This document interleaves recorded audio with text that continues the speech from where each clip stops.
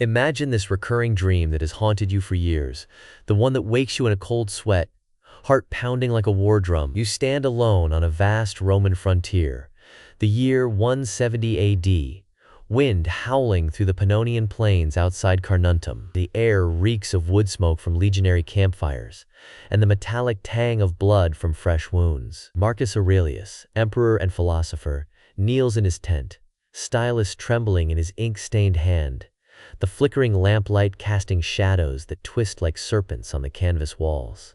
He has just risen from his writing desk, where the meditations breathe their final gasps, and in that moment, a voice, not his own, but from the depths, whispers a truth his waking mind has long evaded. Work.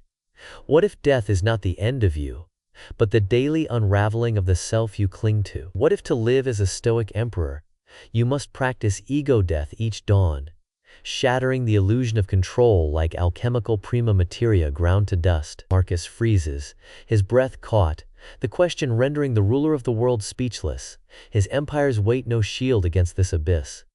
This is no mere emperor's insomnia. This is the hidden thread woven through the mystery schools of antiquity. From the Stoa Poricile in Athens, where Epictetus chained his body but freed his soul, to the smoky laboratories of Paracelsus in 16th century Basel, where the Spagyrus of Solve et Coagula mirrored the soul's opus magnum, the ancients knew.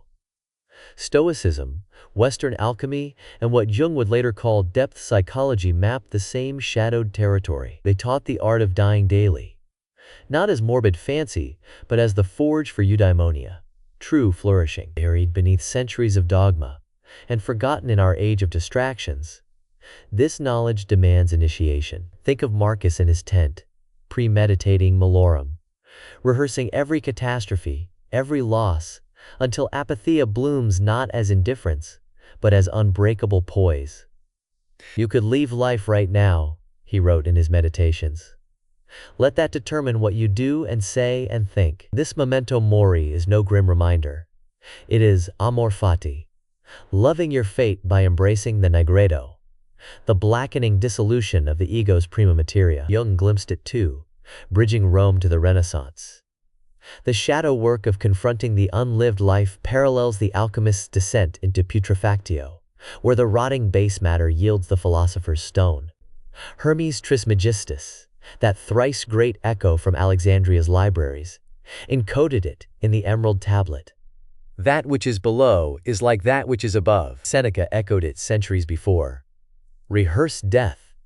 To say this is to say you must think daily on mortality. These are not separate paths, my friend. Stoic premeditatio malorum is the alchemical albedo, the whitening purification after shadow's embrace. The Rubedo, reddening rebirth, is individuation's gold. Tonight, we descend, like Marcus on those frozen plains, or the alchemist amid bubbling retorts, smelling of sulfur and salt. You stand at the threshold. This is dangerous knowledge. It will demand your illusions, your certainties, the false self you parade through life. You have felt this pull, haven't you? That quiet terror in the dead of night. When ambition crumbles and you glimpse the void. The ego resists. It screams against daily crucifixion. But I must warn you, once begun, there is no turning back. The Stoics practiced it on marble floors stained with olive oil and sweat. Alchemists in cellars lit by single candles, vapors choking their lungs. Jung in his Bollingen Tower, mandalas charting the psyche's fire. This is the shattering question they all faced. Can you die to your smallness, coagula into something eternal? Are you prepared to die daily, as Marcus did, forging ego death into the philosopher's stone of your soul? Listen closely. The descent begins now. The descent begins not in some abstract void, but in the dust-choked streets of ancient Athens, 2 centuries before Christ, where Zeno of Citium first lit the Stoic flame amid the Stoa Poikile's painted columns. There, under the shadow of the Acropolis, Epictetus, the lame slave turned philosopher, taught that true freedom lay in distinguishing what you control from what you do not. His Enchiridion, that razor-sharp manual, whispered memento mori to Roman ears. It is not things that disturb us, but our opinions about them. Fast forward to Nero's glittering court, where Seneca, the wealthy tutor condemned to suicide, rehearsed his end in letters stained with ink and foreboding. "Let us prepare our minds as if we'd come to the very end of life," he urged. "Let us postpone nothing. Let us balance life's books each day." By the 2nd century, Marcus Aurelius embodied it on the Danube's frozen frontiers, scribbling meditations by campfires amid plague and war. Amor fati, love of fate, became his creed, not passive resignation but fierce embrace of the inexorable. These Romans inherited Greek roots, yet their premeditatio malorum, that nightly rehearsal of calamity, mirrored whispers from farther east and south. In Hellenistic Alexandria, around the 2nd century AD, Hermes Trismegistus emerged from the fusion of Greek philosophy, Egyptian mystery cults, and Persian lore. His emerald tablet, etched in mythic emerald, proclaimed the Hermetic axiom, quod est inferius est sicut quod est superius. That which is below is like that which is above. This was no mere cosmology. It was the blueprint for inner transmutation, the opus magnum transforming leaden soul into gold. Alchemy flowered from these seeds. In the 9th century, Jabir ibn Hayyan, in Baghdad's House of Wisdom, refined the stages. Nigredo, the blackening putrefaction where prima materia, the raw, chaotic base of the psyche, rotted in the Athanor's heat. Albedo followed, the whitening wash of purification. Rubedo, the reddening union, birthed the philosopher's stone. Paracelsus, that 16th century Swiss firebrand wandering Europe's plague-ridden cities, scorched the tradition with medicine and mysticism. The art is to separate what is useful from what is not. Stoics and alchemists, pagans and proto-Christians, converged on ego death, from marble forums to sulfurous labs, all chasing solve et coagula, dissolve and coagulate, the eternal rhythm of death and rebirth. Now, the core teaching, dying daily is no metaphor, but a crucifying discipline, demanding you face the prima materia of your unlived life. Imagine Marcus at dawn on the German frontier, mud-caking his purple cloak, contemplating not just death, but its hourly shadow. Premeditatio malorum was his Athanor. Envision the tent collapsing in storm, the legion mutinying, the fever claiming your last breath. This is Nigredo incarnate, the ego's black descent into powerlessness. Do every act of your life as though it were the very last act of your life, Epictetus commanded. Feel it in your chest, that suffocating grip. You have rehearsed it unconsciously, haven't you? Lying awake, tallying regrets like coins in a miser's pouch. Listen to this parable, from Seneca, drawn from his own forced exile on Corsica's barren rocks. A man clings to a cliff's edge, fingers slipping, waves gnashing below. A passerby offers rescue if he'll release his grip. "But what if your rope breaks?" the man cries. "Then you die grasping illusion," replies the sage. "Release." Seneca lived it. Ordered to slit his veins by a tyrant he helped crown, he watched blood pool like spilled wine, dictating final consolations. This is apatheia, not cold numbness, but soul's equanimity amid dissolution. The alchemist knew it as albedo, the lunar whitening after Nigredo's corpse stink, where shadow yields to light. Rubedo dawns in eudaimonia, flourishing born of fire, yet these ancients veiled the terror in symbols, for the small self recoils. Hermes warned, the work devours the worker. Paracelsus breathed mercury fumes till his lungs blackened, chasing the stone. Their truth, daily crucifixion forges the lapis philosophorum, that indestructible core. Herr Jung bridges the chasm, confirming what Rome and the retorts always knew. In his red book, penned in Zurich's asylum-shadowed nights, he descended into the Nigredo of his unconscious, confronting archetypes as living presences. The shadow is a tight passage, he wrote in Psychology and Alchemy, a narrow door whose painful constriction no one sees who has not himself walked that path. Individuation, Jung's opus magnum, mirrors the Hermetic stages. Shadow work dissolves the persona's prima materia. Albedo integrates anima and animus, the contrasexual soul images raging in dream fires, and Rubedo unites with the self, that God image at psyche's heart. Marcus's memento mori is Jung's confrontation with the unlived life. Amor fati, the self's mandate. Modern depth psychology unveils the mystics' map. What Stoics called proheresis, moral choice, is the ego's surrender to archetypal flow. You feel it stirring now, that archetypal pull toward wholeness. Jung faced it in his Bollingen Tower, stones laid by his own blistered hands, mandalas blooming from chaos. The ancients practiced ego death amid empires crumbling, Jung amid Freud's shadow. Both demand the same: die to illusion or remain lead. This knowledge is no relic. It lives in your marrow, waiting for the retort's heat. The foundations are laid. What rises from your ashes? What rises from your ashes? Not some gilded phoenix of fantasy, but the lapis philosophorum itself. That philosopher's stone, gleaming black as midnight obsidian, born from the prima materia of your crushed illusions. Feel it? The marrow quickens. This is no mere metaphor. 3 ancient rivers converge here, whispering the same forbidden secret. Ego death is the royal road to the self. Listen, Marcus Aurelius, emperor in threadbare toga, scribbles in his meditations by lamplight, amid plague-ravaged Rome. You could leave life right now. Let that determine what you do and say and think. Memento mori, he calls it remember death.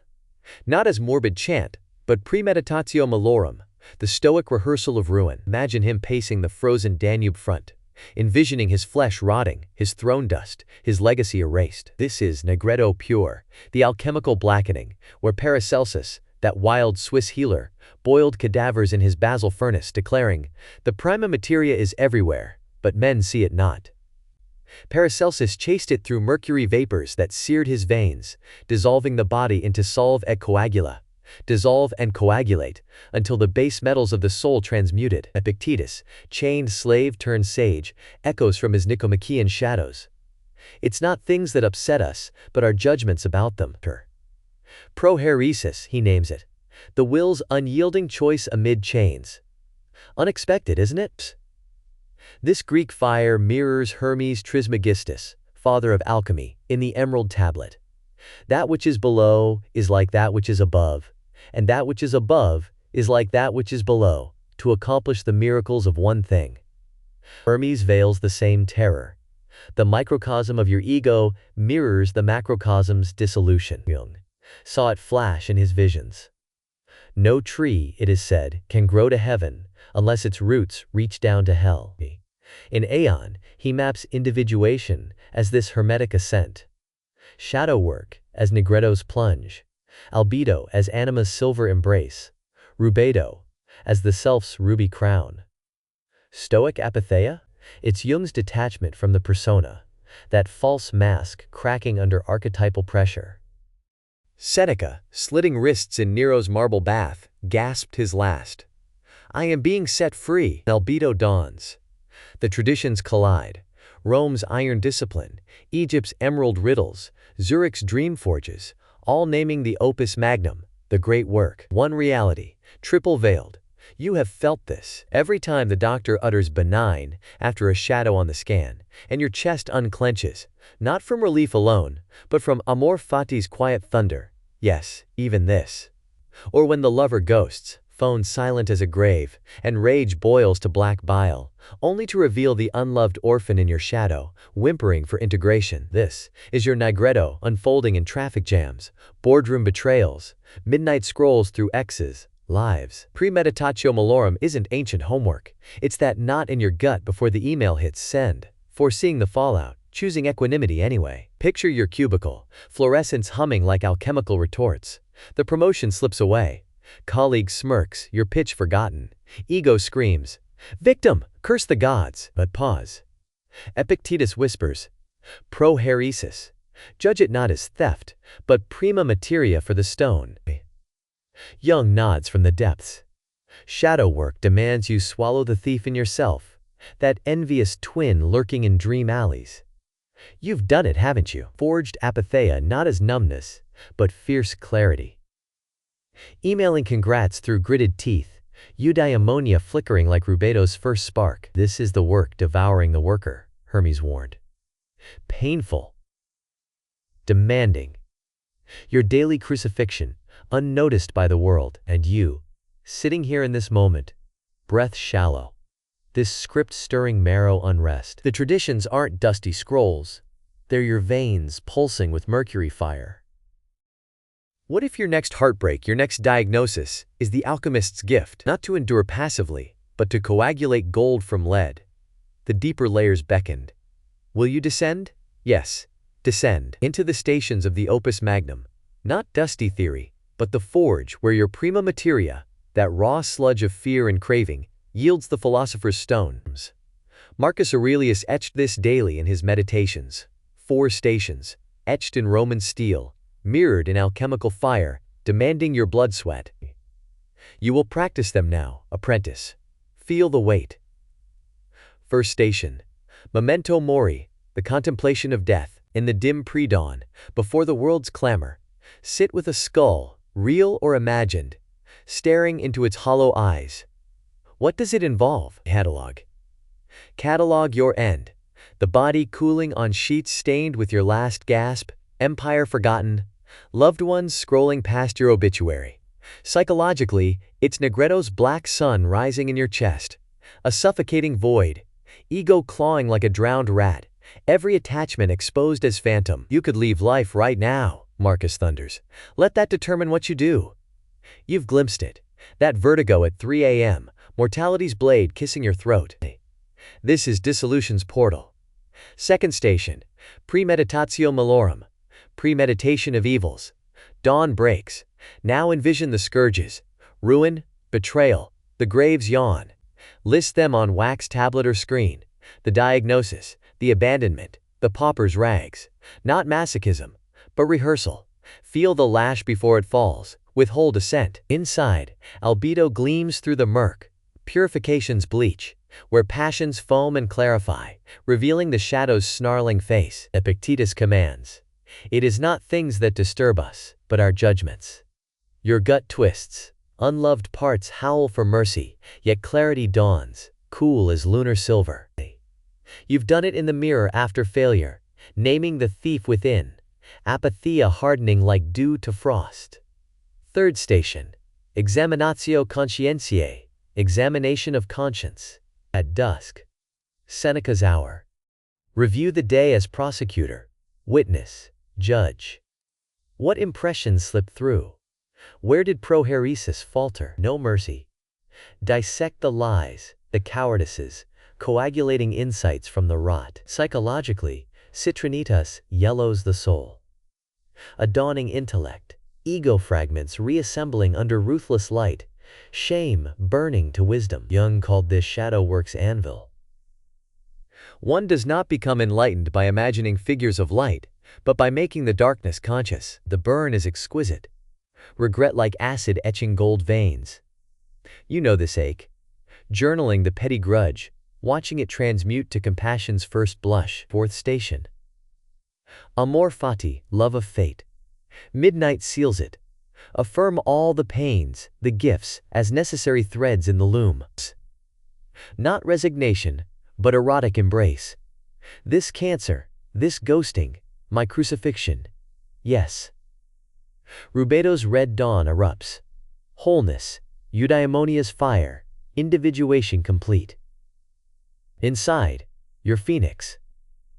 Immortal, unbound, the stone pulsing in your veins, Nietzsche echoed Marcus. My formula for greatness in a human being is amor fati, that one wants nothing to be different. These stations are solve et coagula incarnate, the alchemical engine Paracelsus hammered in his Archidoxus. Dissolve the prima materia in Nigredo's putrefaction, wash in albedo's bath, yellow in citrinitas, sulfur kiss, recombine in Rubedo's royal marriage. Hermes, Trismegistus, etched it on emerald. Separate the subtle from the gross. Not metaphor, you fool. This is technology of consciousness. The vessel your skull, the fire your will. Jung mapped it precisely. The unconscious prima materia yields the self through these very cycles, as in his Mysterium Conjunctionis. Rome, Egypt, Zurich. 1 crucible. And science bows, servant to the mystery. Neuroimaging, fMRI studies from Johns Hopkins on psilocybin ego dissolution shows default mode network collapse mirroring Nigredo. DMN quiets, amygdala shrinks, serotonin floods like alchemical mercury. Mindfulness trials, meta-analyzed in JMA, replicate premeditatio, prefrontal cortex thickens, cortisol plummets, fostering apatheia. Yet beware, these mechanisms trace the path, they do not walk it. The stone defies electrons. Your soul's Rubedo laughs at synapses. You've descended. Stations etched in your marrow. But the great work devours half its adepts. Tomorrow, dawn calls. Will you return? Or flee to illusions? The fire awaits your lead. You flee. Most do. The fire licks your heels, but you bolt for the familiar cage. This is the shadow encounter. Jung's Schatte, the unlit half of your psyche, lurking not as monster but as mirror to your refused wholeness. Marcus knew it in his meditations. The soul becomes dyed with the color of its thoughts. Resist the dye, and the prima materia festers. You armor up. Wilhelm Reich's character armor. Rigid muscles, clenched jaw, shallow breath. Freezing the shadow in place. That knot in your gut? It's not indigestion, it's Epictetus. Dichotomy of control inverted, your will strangling the uncontrollable dark. Modern life is the grand enabler. Scroll the feed, dopamine hits like cheap mercury, numbing Nigredo's approach. Porn floods the veins, Netflix devours nights, pills promise apathesia without the work. Seneca warned, we suffer more in imagination than in reality. But this is premeditatio malorum betrayed, fantasizing doom to avoid it. Addiction isn't vice, it's defense. The ego, that false king, barricades the gates. You know this script. Promotion slips, lover leaves, body betrays, shadow knocks. You rage, numb, project. They did this to me. Paracelsus sneered at such adepts. Half-baked, their vessel cracks before the solve. Yet some heed the call. Dawn breaks, but yours is blackest noon, the dark night of the soul. St. John of the Cross named it Noche Oscura del Alma. O night that guided me, O night more lovely than the dawn. No poetry then. Niger seed. Nigredo hits like putrefaction's rot yugo dissolving in the alchemical flask. Imagine yourself as a sandcastle at tide's edge. Waves of void crash. Towers crumble. Moat drains to abyss. Fana, the Sufi's annihilation. Avne, Arabic for ego's extinguishing, mirrors it precisely. Jung charted the descent in his Red Book. The unconscious prima materia erupts, phantoms swarm, identity shreds. You are no one, nothing anchors, terror, absolute. Heart hammers void, thoughts loop into scream. I am dying, you gasp, because you are. This is no metaphor. Psilocybin trials echo it. DMN collapse. The brain's ego hub silences. Eternity yawns. Most seekers bolt here. Kierkegaard called it the dizziness of freedom. Anxiety is the dizziness of freedom. Projections flare. Blame gods, gurus, genes. You claw back to light's illusion. Half alchemist, forever chasing citronitas. Yellow without black's purge. Epictetus drilled it. It's not what happens to you, but how you react. React with flight, and shadow rules from the basement. But listen, the dark night is mercy's blade, not punishment, no divine spite. The false self, that papier-mâché emperor, must die for the true to crown. Jung. The shadow hoards not just refuse, but untapped light. Your unlived genius, stifled fire. Integrate via shadow work, and gold gleams from dung. Rumi whispered across centuries. The wound is the place where the light enters you. Hermes Trismegistus commanded. Separate the subtle from the gross, gently and with great ingenuity. Your depression? Not disease, but soul's siren. Memento mori howling from the depths. Anxiety's grip? Prima materia begging dissolution. Existential dread? Nigredo's gracious invitation. You, there in the glow of your screen, have you felt it? That hollow midnight stare? Life's machinery grinding without meaning? This is no pathology. It's the opus magnum knocking. Marcus died daily to greet it, envisioning pyre, pauper's grave, tyrant's lash, premeditatio as shadow rehearsal. The Stoic apatheia blooms here, not cold detachment, but fierce presence amid corpse stink. Flee no more. The abyss stares back. Yes. But in its pupil, your philosopher's stone stirs. Rubedo awaits beyond. Will you cross? Cross now, beyond the abyss. Rubedo dons the reddening, alchemy's crimson crown. The prima materia, once blackened in Nigredo, purified in albedo, now fuses. Solve et coagula complete. Opposites wed in sacred fire, birthing the philosopher's stone. Not gold for pockets, but the self, luminous and whole. Jung named it individuation. The psyche's opus magnum, where ego dissolves into baka. Sufi subsistence, after fana's annihilation, you persist, not as fragmented I, but as eternal witness. Paracelsus glimpsed it in his Athenor. The art is to make the microcosm reflect the macrocosm. No more exile.